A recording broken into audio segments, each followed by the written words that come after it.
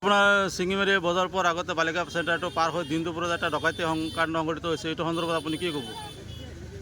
হয়, মই নিজেও ডকাইতি কাণ্ডটো সংঘটিত হোৱাৰ অলপ পিছত আহি উপস্থিত হৈছোঁ। মই বেলেগ জেগাত আছিলোঁ, ফোন পোৱাৰ পিছত মই আহিলোঁ। যিটো পৰিস্থিতি হৈছে আজি সমাজত, এনেকুৱা পৰিস্থিতি হৈছে দিন দুপৰতে এতিয়া কিছুমান ড্ৰাগছ আসক্ত ল'ৰা বা সমাজৰ একেবাৰে নিকৃষ্ট মানসিকতাৰ কিছুমান ব্যক্তিয়ে দিন দুপৰতে অলংকাৰকে আদি কৰি যিকোনো বস্তু লুটপাট কৰিবলৈ কুণ্ঠাবোধ নকৰা হৈছে। আপোনাৰ কেইটা ল'ৰা আহিছিল? যিটো পৰিস্থিতি হৈছে মই গম পোৱা মতে এজনক কৰায়ত্ব কৰা হৈছে।